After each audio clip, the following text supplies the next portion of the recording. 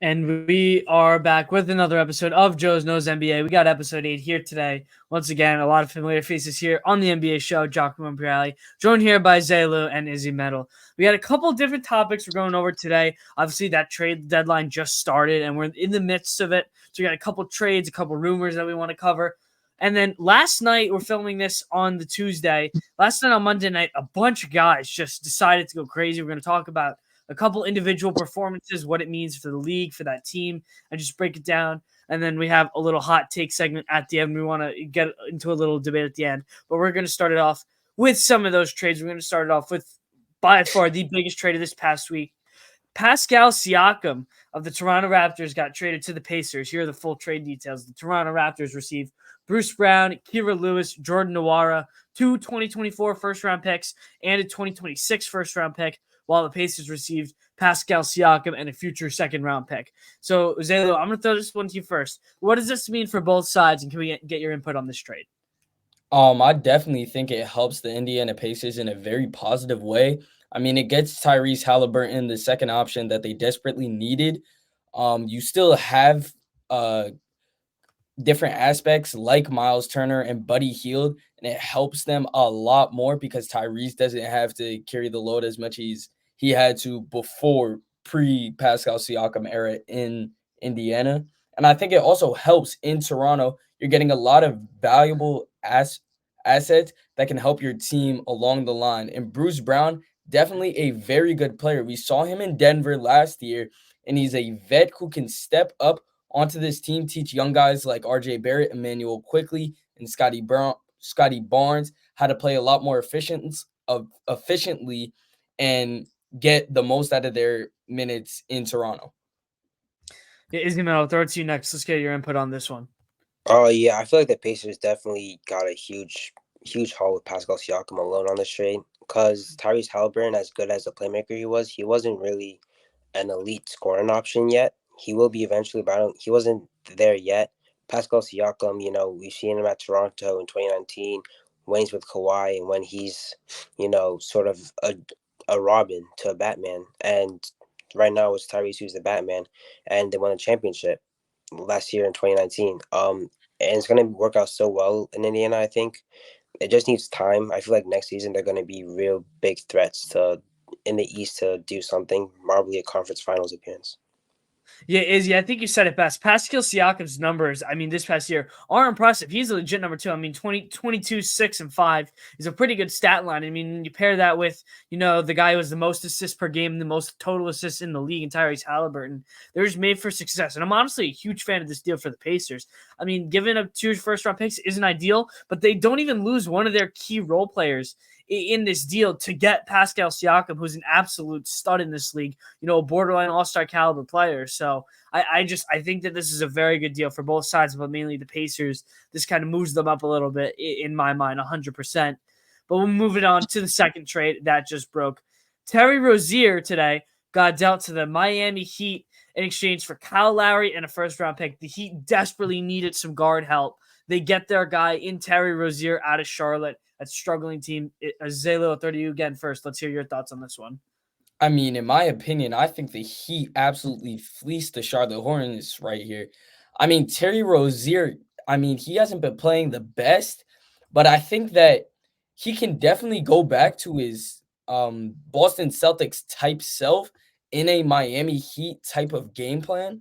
And Kyle Lowry, I mean, he wasn't producing the best in Miami, and going to a place like Charlotte, I mean, that's kind of the death of your career right there. You have LaMelo Ball, who's already getting most of the touches. Miles Bridges is the second option there. Where is the place to fit in a player like Kyle Lowry there? So I definitely think the Miami Heat won this trade. I would say that Miami definitely won, but I don't think Charlotte gaining Kyle Lowry was as big as like a loss as you think.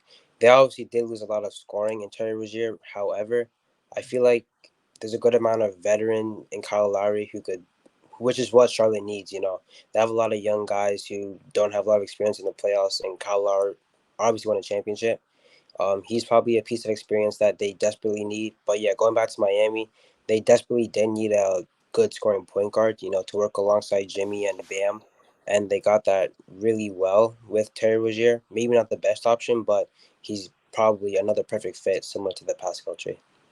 Yeah, I mean, Terry Rozier's numbers really surprised me. I mean, he's averaging 23 points per game. I mean, this guy has been balling. I mean, LaMelo Ball's been dealing with injury, and he's been one of the key guys. And Miami, a team that's always just struggled in the regular season, they desperately needed some guard help to pair in that backcourt with Tyler Hero. And I think that this is a great move for the Miami. I think Terry Rozier is a great fit. He can dish the ball to their scorers and Jimmy, Tyler Hero, Bam.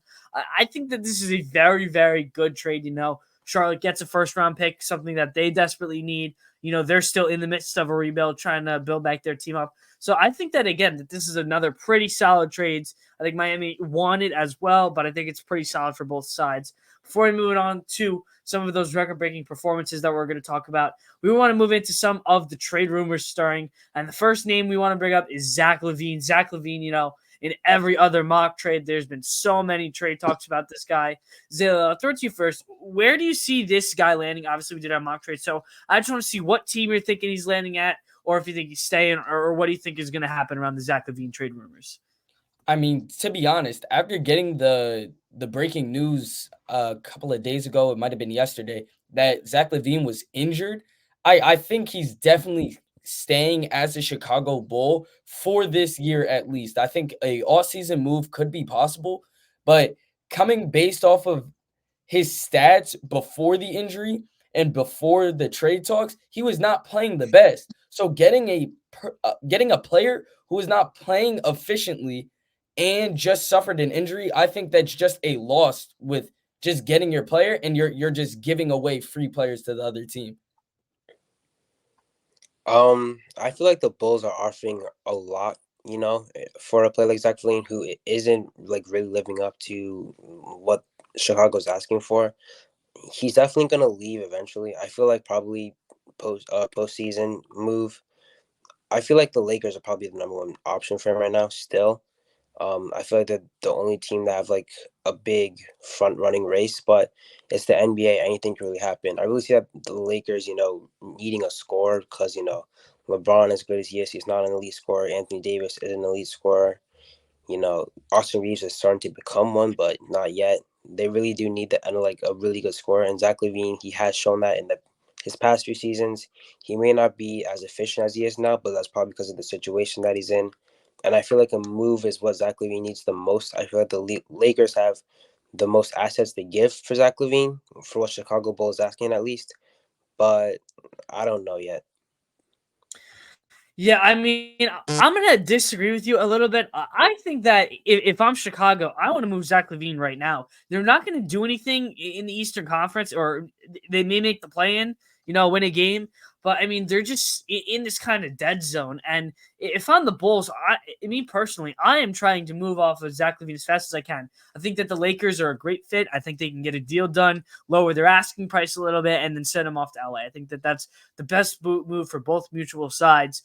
The Lakers, as Izzy mentioned, need that scoring presence in Zach LaVine. And then the Bulls, they're going into a rebuild. So I just think that LaVine has to be traded now. And then the one other name that we wanted to bring up, DeJounte Murray. At the beginning of the trade deadline, wasn't really talked about, but over the past, I'd say week and a half, his names have just been circulating around the league. The Hawks haven't been a great team. Trae Young is having a pretty good season. You can almost call it a bounce-back year. Struggled last year, playing a lot better this year. But the Hawks looking to move on from DeJounte Murray. Zayla, I'll throw to you first. What are your thoughts on DeJounte Murray approaching as the trade deadline's coming up? I mean, I think his value has skyrocketed over the last couple of games. I mean, I know you guys have said Zach LaVine to the Lakers. I think DeJounte Murray to the Lakers. It was rumored that a 3-team trade may be possible. So DeJounte Murray and a 2029 first-round pick to the Lakers. And actually, D'Angelo Russell is a player that the Lakers wanted to trade with. And I think a perfect team to trade with would be the Brooklyn Nets in sending D'Angelo Russell back there. And I think every single team in that trade aspect gets exactly what they need. The Nets get a secondary scorer to Mikal Bridges. You get a definite scorer next to LeBron James and DeJounte Murray, a guy who can easily put up 26 to, I would say 30 a night next to a player like LeBron James, and still have Anthony Davis and Austin Reeves next to him. I think it helps all teams involved, and I definitely think that could be a great possibility. I 100% agree with Zaylu here. With that three-way trade idea, everyone's gonna win from that, especially the Lakers, because the Lakers desperately need a scoring presence. And I was mentioning Zach LaVine earlier, but DeJounte Murray's just that good of a player. He's also known as a really good defensive guard, which is not really that common right now in the NBA. And with his presence, that could be a really big help. He could go to any really big team. Philadelphia has been rumored with him. There's a lot of teams that could use a DeJounte Murray because he's a really good scoring option and he's also really good defensively. Um, I definitely see him moving, probably this trade deadline soon. If not, definitely postseason. But I don't know where. Preferably the Lakers. I feel like they just really need a good scoring option, and DeJounte Murray would definitely help them. Yeah, you kind of hinted at my point I was going to bring up a little bit, but the Philadelphia 76ers seem to be the media and fan favorite for DeJounte Murray and where he's going to end up. And I think it's a really good fit. The Sixers, I mean, Maxi's great and all, but like when Embiid's on the court, they're just not a great team. I mean, we saw it when Embiid got injured. The Sixers weren't playing well. Embiid comes back, boom, they're a top 3 to 5 team in the East again right away, one of those top dogs. I think having DeJounte Murray, a steady night-to-night guy, he's always healthy. He can always play good defense. I think he would be a perfect fit for the Sixers. You don't have to give up too much for him, maybe a couple picks and a role player. But I think it's a great fit in Philadelphia if they want to go out and get DeJounte Murray. And at that point, the Sixers are all in. They're trying to compete with the Bucks, the Celtics, trying to go home in the Eastern Conference Final, trying to compete for that ring. So I think that him to the Sixers would be just a great move for both sides involved. And then we'll move it on to the Sixers, basing off of them again. Joel Embiid last night on Monday Night Basketball, a 70-point performance, the most in a single game ever of a 76er ever. I mean, you can see Izzy Metal smiling, but Zayla, I want to talk to you first. I mean, Joel Embiid obviously breaking that record, the single game scoring record for the 76ers. I mean, what does this mean for the Sixers team for the rest of the season to see their star go out and just shatter a record like that? I think it means your franchise player could end up being in the top 10 GOAT debate when his career is all over. If you are scoring 70 points and you're doing it as a center, I believe that that's just earth-shattering right there. And the fact that this man is still young in his career, he can still score more points than this, it's just very scary to see. Yeah, Izzy Metal, I'll throw to you next. Obviously, Sixers fan yourself. You were watching that whole game, I bet. Yeah, I did watch that whole game, and I was probably in tears by the end of it. I was so happy watching that. Even the crazier part is that he did all of that over a 7'5" point guard, Victor Wembanyama. Probably one of the best defensive players right now, and he basically dropped 70 on his head. Simple as that. You can't really say much about it, but because it's just unbelievable. I'm so speechless, to this day. It was an amazing game to watch. Honestly, I think he's just the greatest scorer in the league right now. No one's even close, I believe. I don't think anyone's like near his level right now in terms of getting points, and everyone's even saying like he's a flopper and stuff. You could take away his 21 free throw makes, he still had 50 points. So that's all I really have to say. I'm still shocked and like bewildered by watching that game. I don't have really much to say, but amazing player. Sorry. Let me just Yeah, chime in. go ahead. Did you just say he was one of the best scorers in the league when a player like Kevin Durant is still in the NBA? I mean, that man has been scoring proficiently probably since he got into the league. I mean, you can compare Joel Embiid and Kevin Durant, but it's not even going to be close to a debate. Kevin Durant wins every single time. I'm talking about this season, straight this season. He's averaging almost 35 points a game. His mid-range is unbelievable. He get to the rim really easily. His offensive boards, putbacks, he could shoot the occasional three, and his free throws are amazing. I think he's really not compared to anyone else in terms of scoring this season alone. If you're talking about right now of all time in the league, Kevin Durant takes the cake by far. But this season, I feel like Joel Embiid has it. He's on top of the mountain, and people are still climbing. Yeah, I'm not one to back Joel Embiid, but I mean, I have to agree with Izzy here. The guy hasn't scored under 30 since November 15th. I mean, that's just absolutely insane. Obviously, he missed some of those games with injury, but this guy just night in, night out can get his buckets at will no matter who's guarding him. Plain and simple, he's one of the best players in the league, and that's all I got to say. I'll move it right on to the next game, so we can get into a little bit of a debate here. St. Joe's alum Karl-Anthony Towns, actually, 62-point game last night against the Charlotte Hornets, but there's a couple numbers that we wanted to bring up. Obviously, a great scoring performance. Ended up with a 0 plus minus and 7 turnovers. He did shoot 66% from 3, but the Timberwolves also lost to the Hornets. They lost by 3 points that game. So, Zayla, I guess you could say the word is justified. Like, what are the thoughts on this game that Karl-Anthony Towns had? And, like, is it really a good game when he had all those turnovers and his team ended in a loss? Like, I want to hear your thoughts on this. I mean, I'm going to have to agree with his coach. I mean, in the post-game press conference, he said Cat did not deserve this 62-point game, and I'm going to agree with him. I mean, I will give Karl-Anthony Towns his flowers, but the fact that you have a 0 plus minus, your teammates have not shot over 11 attempts, and you fall apart in the second half. I just think that is just childish behavior. We saw this before with Karl-Anthony Towns. He's been immature before with taking his shot attempts, and I think it just carries into this 62-point game, and he just wants to do it just for the title of 62. I think if you're a player like Joel Embiid, you also get your teammates involved and you're getting them scoring. But a player like Anthony Edwards only had 11 points that game. You need to get other people scoring if Karl-Anthony Towns is getting this 62-point game. I'm a bit 50-50 on this. I feel like, up until the third quarter, he was so hot that you had to keep giving him the ball to shoot. I feel like if you're hot, on a game, you're hitting like 5-6 threes like before it's halftime. I feel like you just have to keep getting the rock and keep shooting it because, you're on that sort of level that you're going to make so many shots. The rim is like an ocean for you to shoot on. But when it came to the fourth quarter, when it was clutch, he just fell apart. He chucking shots, wasn't making them, and he kept shooting, which was an issue. He didn't become a playmaker, which is a lot of big men are like able to do now. We've seen it with Jokic, now currently Embiid. Victor can do it too. Chet Holmgren. Cat doesn't have that in his game. He doesn't have that playmaking talent that's going to bring him up to the conversation as one of the better bigs in the league. I feel like, when that fourth quarter happened and, he started to lose, he started to fumble the bag. I feel like that's when it started to become a bit unjustified with quotes.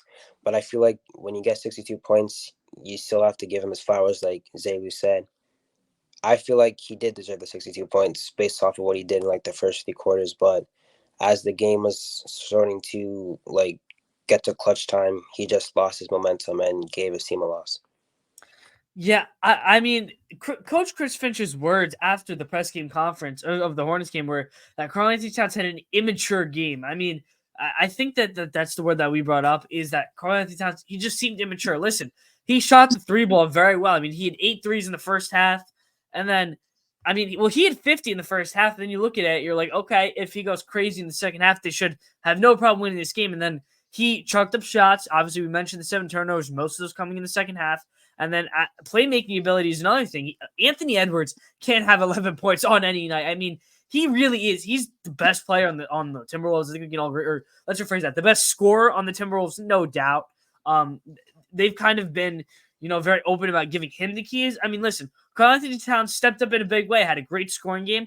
But when your team loses like that and you struggle in the second half alone and you don't get your teammates involved, it's just not a recipe for success. So, again, I'm going to agree with both of you. I think that he definitely deserves it. Give him props, 62 points, but not what you want to see the rest of the season. You don't want to see rough L's like this with 0 plus minuses and multiple turnovers. But these 2 scoring performances got us thinking, coming into this season, a ton of scoring. Is Kobe's 81-point mark going to go down this season? Obviously, no one's going to break Wilt's single-game scoring record, but Kobe's could be in reach. Zaylu, do you think it will get broken this year? This year, I think players could get close to it, and there's two players who I think could actually break this record. One being Joel Embiid, because the man got subbed out third quarter, could have gotten the 81-point mark if he kept scoring. And another person who I think could absolutely shatter this record and maybe even get 90 on a night. Sorry, actually two players, Luka Doncic and LeBron James. LeBron James in February plays the same team that Joel Embiid had his 70 points against. He plays the San Antonio Spurs. I think being guarded by a guy like Jeremy Sohan would elevate LeBron James, a 39-year-old LeBron James, to get close at least in my eyes, at least 75 points. And Luka Doncic, I think, probably guarded by the Pistons or the Spurs, he is destroying the record and most likely scoring close to 90 points in my eyes. Yeah, I'll let Izzy talk first. I think the LeBron James call out with his age is a little crazy. I won't comment on it, but I'll let A little Izzy crazy. take over. A little crazy. He's 39 years old. I promise you, he's not getting anywhere near 80 points in a single game. One. I don't think anyone's going to break it this season or the next season or probably the season after that. I feel like the closest player would probably be someone like Damian Lillard because he's been close to it before. He's a really good, efficient three-point shooter. Luka Doncic, I just don't see it. I feel like he's too much of a playmaker, like too much of a point guard, just to keep shooting like how Kobe did to get his 81. That LeBron James take is still sort of getting to my head because there's no way. I can promise you, I'm dying on this hill. There's no way he's getting another 60 piece. He hasn't gotten 70 yet. Where are you getting him breaking the 81 record from? One. Two, you just earlier in the session you were comparing, Kevin Durant to Joel Embiid. Why are we not saying Kevin Durant has a chance getting this? I mean, just the fact that when he heard the title of 70, I just don't think he even knew he could get there. I just don't think he would be up for it. But you think LeBron can? I think LeBron can. He scored 61 in his prime. I think against a team like the Pistons. The big word you said was prime, right? Yeah. That's what LeBron can go back to his. LeBron can turn the clock and go back to his prime any single day. Any single day. Because if this man is guarded by the insanely bad Detroit Pistons or the absolute dumpster fire that is called the San Antonio Spurs, I think that guarded by terrible players like Keldon Johnson, terrible defensive players like Keldon Johnson, Jeremy Sohan, they are not putting Victor Wembanyama on him, most definitely. I think LeBron would get close or break this 81-point record. Speaking of Victor Wembanyama, I feel like he's a player you should be shouting out because of how incredibly insane of an athlete he is. Not this season, but probably later on. He could, based off of his height and his skill at being 7'5", we haven't seen in the NBA at all. I feel like he's someone that you should shout out, not a wrinkling LeBron James who had his time. I don't think he's doing anything else, especially not breaking Kobe's record. Yeah, I mean, I'll hop in here. I don't think it's getting broken this season. I think, again, we've obviously seen Joel Embiid get very, very close. And I think he's the only guy that can give it a shot. I mean, he scored 70 in 37 minutes, which is absolutely absurd. He didn't even play the full game and got 70 points. So I think that he's really the only guy because one of you guys mentioned Luka as a playmaker, which is 100% true. Luka doesn't look for his own shots all the time. He is a lot more of a playmaker than a guy like Embiid is. So I don't think he would be, looking to score all that much. So I think if anyone were to break it, I think it would be Joel Embiid. I wouldn't be surprised if he broke it, but I don't think he is going to reach that mark this season. And with that being said, that's going to do it here for episode 8 of Joe's Knows NBA here. Thank you guys for watching. Make sure to follow us on TikTok at St. Joe Sports Shows. I'll be back next week with another episode. Giacomo Priali, joined here by Zalo and Izzy Metal. Thank you guys for watching.